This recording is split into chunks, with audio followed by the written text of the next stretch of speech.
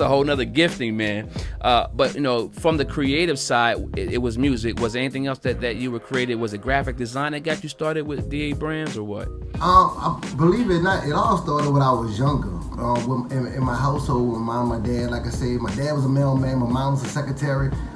So they had very nice jobs, you know what I'm saying? So I came from a very stable 2-parent household. One thing they didn't do, they didn't allow me to spend money, or give me money to spend like on a lot of different outfits and clothes and shoes and stuff like that. So when I was in school, all my friends had the nice outfits and stuff like that, and I could never get that because my parents would never, they'll never buy that kind of stuff. Not because they couldn't afford it, because they was trying to teach me a lesson in value. You know what I'm saying? Don't put too much value in material stuff, but put more value in yourself. You know what I'm saying? Because if you put the value in yourself, the material stuff gonna carry is gonna be what it is. But if you put more interest in that, then that's what you become. You're gonna think you need these things to be somebody, So in an early age, I learned that it was me that was valuable, not the stuff that I wore in my possessions that made me who I was. That's good stuff, man. I think it's a lot of, we all grew up in the same thing. It's funny, you can't,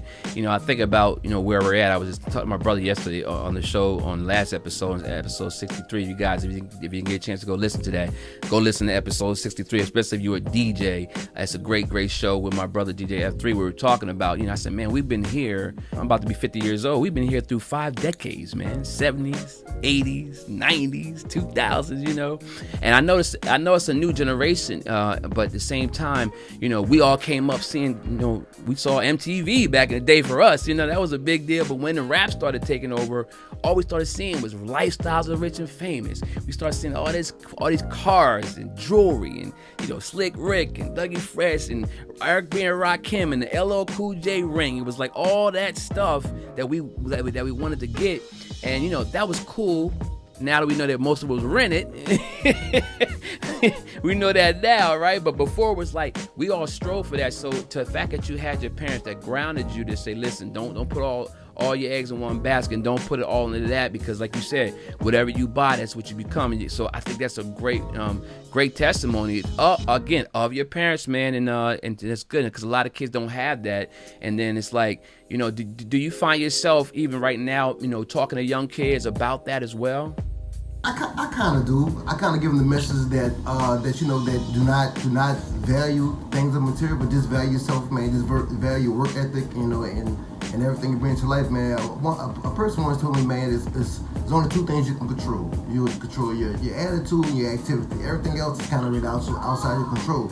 So as long as you can control your activity and your attitude, you should be all right. You know what I'm saying? But everything else, you can't control what people say about you or how they feel about you, or anything like that. So you gotta just really just pick yourself up and carry yourself the best way you can. So you say your parents came, your parents had jobs, and they came, they were very, very stable. So what made you want to get into being an entrepreneur? Well, I say the whole entrepreneur thing. My mom back in the day, she used to buy these matching outfits. So like all my matching, like I used to have like the matching. Oh, you was that cat. Okay, you was that cat. Whatever it was matching. Yeah. Okay. You was a cat. I was looking at saying, I'm trying to match my thing. It ain't going right. My wife be like, you going outside like that? I don't know how to match nothing, dating. I'm trying to tell you, man. That's crazy, because then so when I got into like middle school, they used to give me like. So mine like, she'll give me like $100. You know what I'm saying? I'm like, oh, like what just a pair of shoes. She's like, oh no, that's the whole outfit. You know what I'm saying? So that was the tennis shoes, the shirt, the shorts, the socks. Like I had to get everything for $100. I had to make a whole outfit for $100. Oh my goodness, yeah, you was working that. You was working. I mean, I don't know, man. I remember Lee Jeans. I'm saying, I'm going back. Our audience it spans the globe. So if you millennials are listening, we're gonna talk about something you might have heard of. But we used to have something called pinstripe Lee Jeans. We used to have Pumas, which I never could afford. The black, the ones with the gray stripe on it. And we used to try to match that with our hat, things of that nature. So I can appreciate, but I believe it's a gift. I think it's a gift and a talent to do that. And even right now when I'm doing, the marketing, I go on Canva or something and put together a logo or put together a meme and trying to put my brand on it. She's like, well, you want to match that color with this because that don't look right, and this, and I'm like, man, just post the stuff, right? She's like, nah, you gotta figure this out. But it is a gift and it is a talent. So the fact that you have that is huge. Take us through a process of you, let's say, designing a shirt. What does that process look like for you? The whole process is really just coming up with something, an idea that would really stand out to the consumers. So right now, we all know that we in this pandemic and stuff like that. Right. So right now, people are picking up a lot of different hobbies and different traits and stuff like that. So a lot of people are making T-shirts in this industry now. So the thing is that, so if I just bought a T-shirt machine yesterday, and if I made a nice shirt tomorrow, and I posted, somebody said, oh man, you're a perfect, man, you're good, how much you charge to do T-shirts? So now all of a sudden I have this like, oh, I really am good at it. So basically what I have to do, I have to come up with a concept that stands out above everybody else stuff. So it can't look like it's something that your mom or your sister or your grandma or your uncle made in the closet and say, oh yeah, this the brands right here. Like, nah, it takes a little bit more than just that. It takes a lot of focus and discipline, and it takes a lot of like I said with the colors, it takes like a lot of coordination with the colors and stuff. But my thing is that really, and people might think this is corny, right? But my true designing skills came from PlayStation. No way. Wow, that's interesting. I love PlayStation. So back in the day, I used to play these NCAA college football games. Was you an all night long guy too? I was.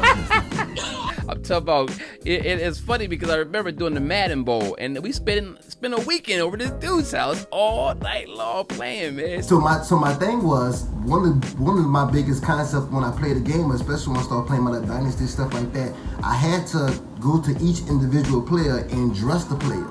So I would adjust their sleeves, I would give them wristbands, gloves, spats, like everything's matching, the team stuff matching, So I didn't even know back then that I'm like, oh, I just want the team to look nice. Knowing back then that I was really creating like little nuggets of stuff that would help me create team. Wow, dude. So listen, all my video guys that's out there listening right now, that's a gift that you have, that you dressing up your whole team, making them look nice. And the CEO right now of DaBrands is telling you, don't let nobody discourage you saying, why are you dressing everybody? Make it look nice. But that's because that's probably a gift that you got right now. So you kind of incorporate that into what you're doing now.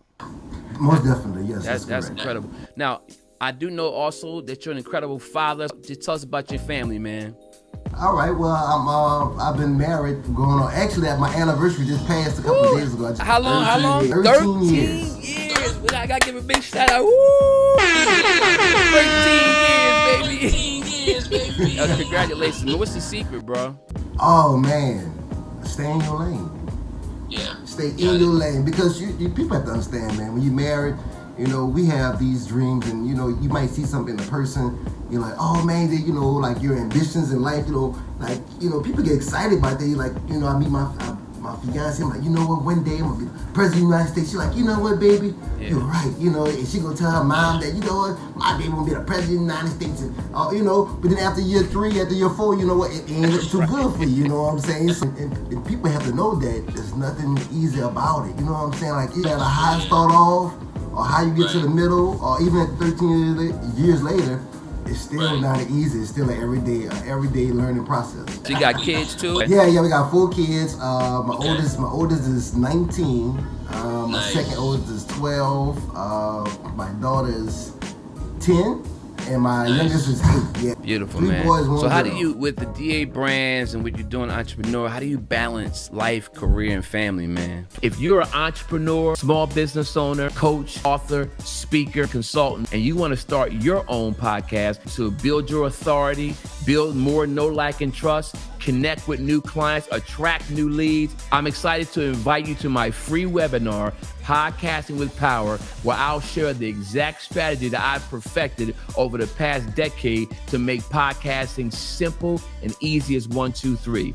This webinar is designed to help you go from a podcast idea to help you to start your podcast without the stress of equipment and technical challenges. And you'll also learn how to share your story, engage with your audience, and attract your ideal client all through your own podcasting platform. Or go to podcastingwithpower.com and get registered, and we'll see you in our free webinar.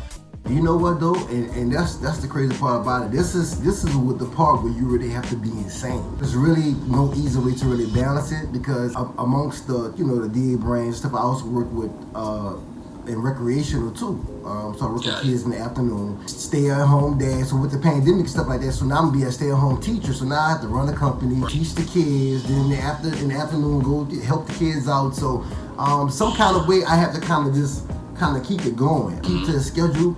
But I am a Gemini, so I sometimes I know I be off pace. I be doing one thing, the next thing I'm jumping to another thing. For myself, it's really about just staying focused and staying clear on the goals that we're trying to accomplish. That's good, man. Sometimes I heard says, sometimes it's not about balance. It's more about alignment, because if you're trying to balance things, the minute you get it balanced, the next second something can happen to throw you off. You know what I'm saying? But when you're talking about aligning, getting things in alignment, at least you got a clear vision of what you need to do. So I definitely agree with you, man. It's definitely and a lot of people say, well, I try to juggle this and juggle that. Well, sometimes you got to stop picking up the balls, man. You got to stop just grabbing everything, because that when you get that squirrel syndrome, and we all get it, man. I'm gonna do this, I'm gonna do that, I'm gonna do that. I found out that you can't chase two rabbits, because you're not gonna catch either one of them.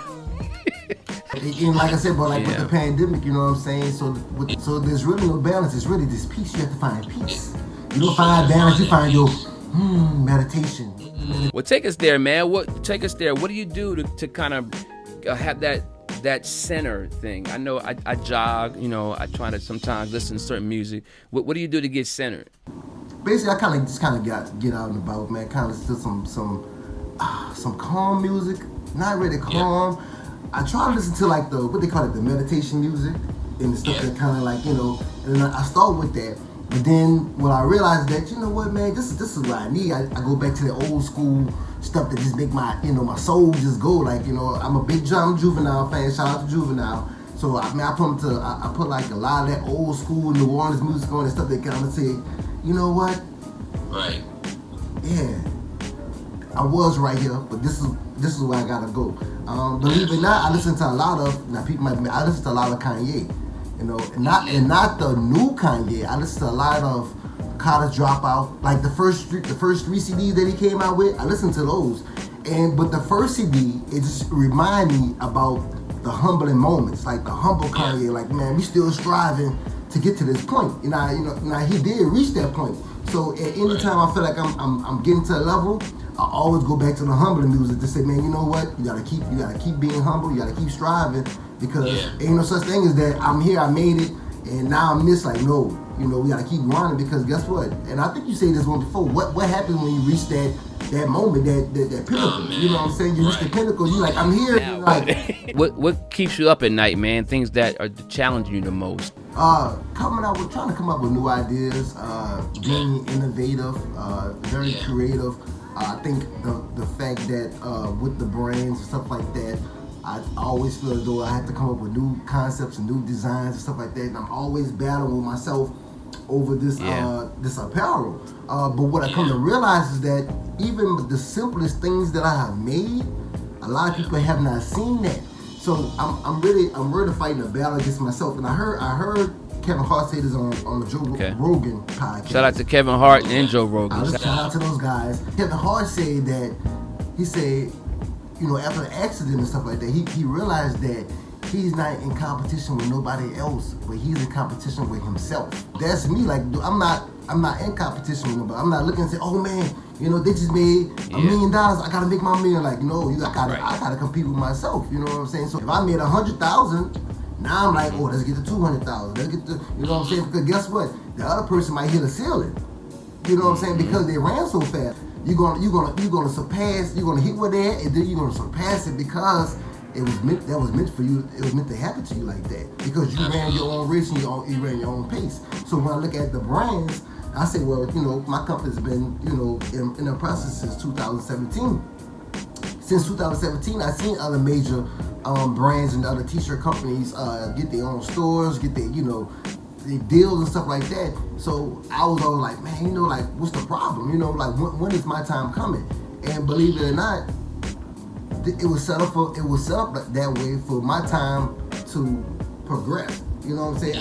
It wasn't meant to shoot straight to the top, because the purpose of what I'm trying to do is way bigger than trying to just shoot straight to the top. Give us your vision of DaBrands. Where do you see it in the next 3 years? I used to say 5 to 10, but you know these times is getting crazy right now. So next, you know, 2 to 3 years, where you see DaBrands? Honestly, the next 3 years, I see the brands as one of the and I'll say this, and I'm not going to be too over the top as much as I would like to just say like the world. You know, I'm gonna say the South region. I want to be the biggest branding, not just branding, but sporting apparel in the South region of the United States. Because what's going on is that there's a shortage on sport apparel due to everything shutting down. You know, you have major companies, you have like the Nikes, you have Reeboks, Adidas.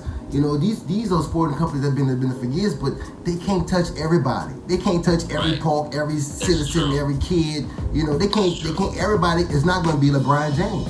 You know, so instead of like, man, I want to be the next Nike person, how about being the next DaBrands person? Because guess what, we're looking for we're looking for that talent also, because we have new, exciting, innovative things to show the world and the next generation. You know, so yeah, so you looking at us now and say, you know what, man, I like that. But then 3 years from now, you're like, man, I remember seeing that, but now it's like everywhere. And the best thing about it that the apparel already has a concept. So it's not, I don't just make apparel for you to wear, I make it because it makes sense. It's so much that goes into this outside of just the talent. So I know about your talent, I know about your gifting. So once you get something done, and let's say you want to deliver it, what does that process look like? One of the biggest things is really just, it's the excitement moment, because you know that everything that we do and everything that we print, we do it from the heart, you know, and so it's made with love. So we know once our clients get those products, that they're gonna be so excited about it. Because like I said, I've been doing it for a long time now. I like to say a long time. So when I see a good product, I know a good product, and so by me being good at it, if I know it's a good product, I know my clients see they're gonna really think it's a good product. Absolutely. Because I'm already blown away by myself. So if I'm blown away by it, they definitely be blown away by it. Let me ask you this: have you ever made something that you said, you know how you make music, you're like, I like that, then all of a sudden, nah, I ain't. Have you ever made something you said, nah, I'm not gonna do that, and then maybe, I don't know, your wife or someone said, go ahead and do that, and it wound up being a hit? Yeah, it's all about really experiment. It's all about really just it's a trial and error. So like I said, when you get into apparel, it's a trial and error, because you have to find out what they call those logo spaces. I guess like popular spaces to put items. Like you see an item like right here, then right there. So it's all about the placement of your designs. And so a lot of stuff that I was designing was not even being designed by people locally. Like you might have saw like big time companies might have done it, but you might have never seen it. So when they start seeing my design, they say, oh man, like that's nice. You know what I'm saying? I'm like, well, this right here? Like I just threw this together because I was just trying something different, you know? Last year we did our first fashion show last year. What? Where was it at? Yeah, we did our first fashion show in New Orleans. In New Orleans, okay, gotcha. Nice. And we came up with this concept of, we did all dry fit everything. Had matching bags with and stuff like that. And the reason why I brought up that fashion show is because when I was invited to the fashion show, I didn't have a line yet, if that makes sense. Right? So I didn't have apparel to really fashion off. They're like, oh, okay. So you're going to a fashion show, but you didn't have your line. Right. They said, oh, man, you make some nice stuff, man. You want to be in the fashion show? I'm like, yeah. You know, I'm like, well, I ain't got no clothes. That's how it goes. Yo, can you paint my house? Yeah. I ain't got no paintbrush, but I can paint your house. Don't turn it down, right? And believe it or not, so it's not that I didn't have the clothes. That everything that I designed over the, since I really started, was a lot of team gear. So it was all team-based stuff that represent the parks and different other entities, stuff like that, but nothing represented like the brands itself. Yeah, I got you. That brand, yeah. So it's more like sports stuff that were your main clients. Is that what you're saying? Correct. Okay. So my good friend told me, he said, man, he said, only thing you have to do is do what you've been doing. Like, take all the stuff you've been doing with the team stuff, just take all the team on it, just slap the brands on it. So you already doing it. So that's what we did. So we just came up with some colors and we put the DB on it and different type of outfits, and and it was a real, really, really big hit, man. It was Absolutely. So let me ask you this, man. What drives Dayton Alexander? What drives you the most? Why are you doing this? I just feel like I'm destined for something. You know what I'm saying? And people say like, man, I do it because of this. I do it because right now I don't have another option. I'm destined for it because everything else I tried to do, I was knocked off that course. And it was all righteous. You know what I'm saying? I did the right things. Man, I went to college. Man, I graduated. I got the job they supposed me to, they told me to get. I supported my family with the way. As a black man supposed to, I wasn't into the streets. I was, going to make an honest income. And what happened was that society didn't see it the same way. I just kept getting like fired. You know what I'm saying? Like, and the last job I got fired from, I was like maybe I'm 39 now. I was like 35.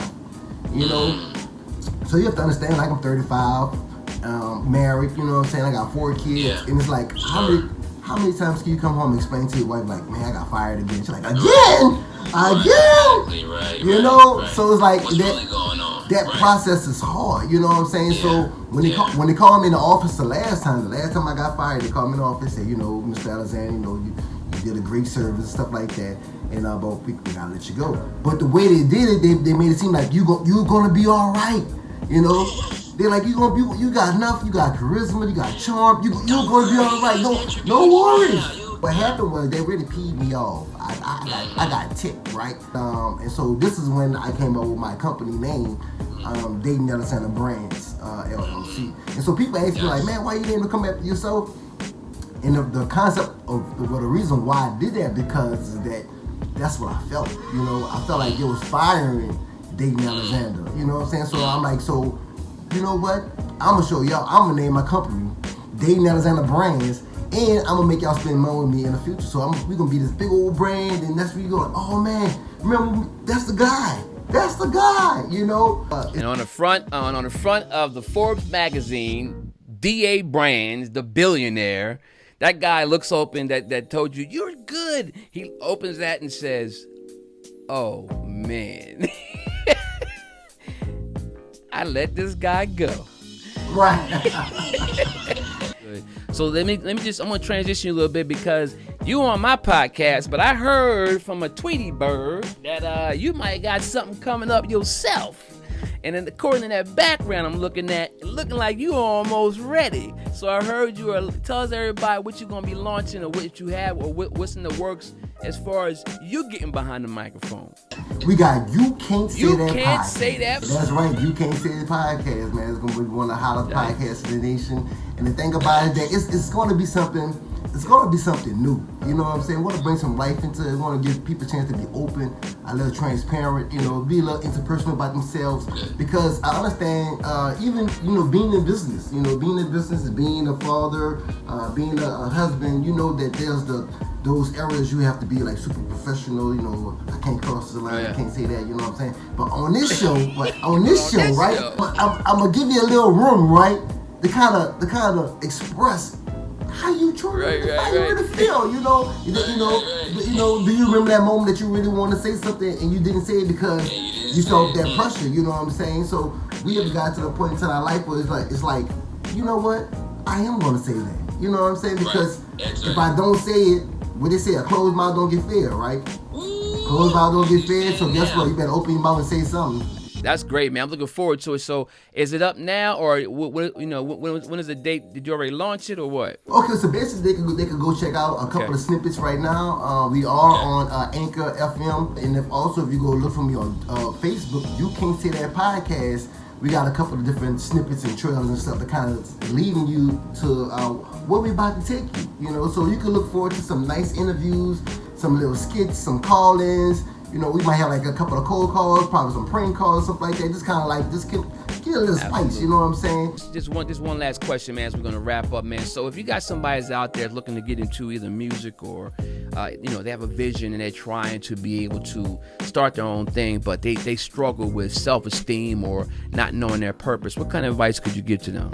I would say, man, just look at yourself in the mirror and know your purpose, you know what I'm saying? Because one thing about it, nobody's going to encourage you to do something great. At all. So soon you come up with an idea, oh man, I thought about this, they go, man, that don't work. You know, then you're like, you know what, man, that don't work. You know what I'm saying? So you could fall right in that line, or you could say, man, this does work. And I tell you this, right? Just last night, me and my dog, we stayed up to about 1 o'clock in the morning. We watched the Harry Tubman movie. And that was my first time seeing Harry Tubman movie, right?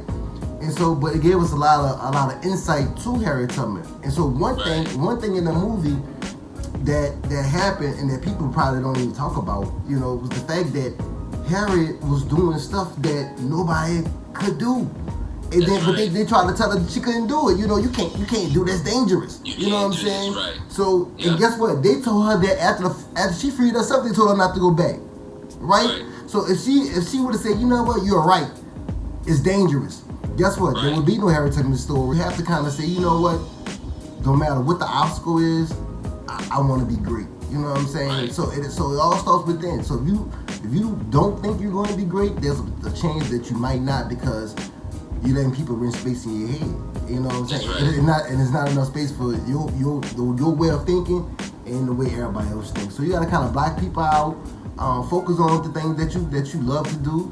And just go after it and make the best of it. Like my dad said, whatever you're gonna do, make sure you're the best at it, no matter what it is. Dayton, I appreciate you, man, for being on the show, man. Dayton Alexander, he is the CEO of DaBrands from all the way from New Orleans. Shout out to New Orleans. Real quick, how can they get a hold of you, and how also can they get a hold of some DaBrands gear, man? I don't know if you got something you want to throw away on, just throw at us on the show, but because I told you all to wait to the end. The first 5 people, okay, that go to our website, Studio 22 Media Group, and subscribe, you're going to get put into a pot.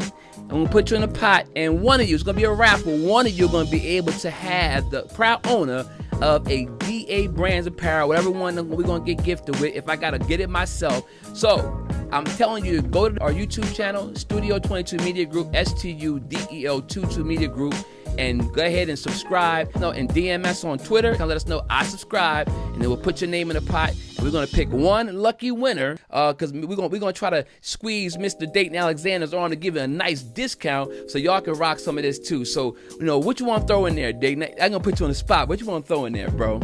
I tell you what, man, this will happen though. The same shirt that you got on, the same. All shirt. right. Oh yes. One brand, one stand.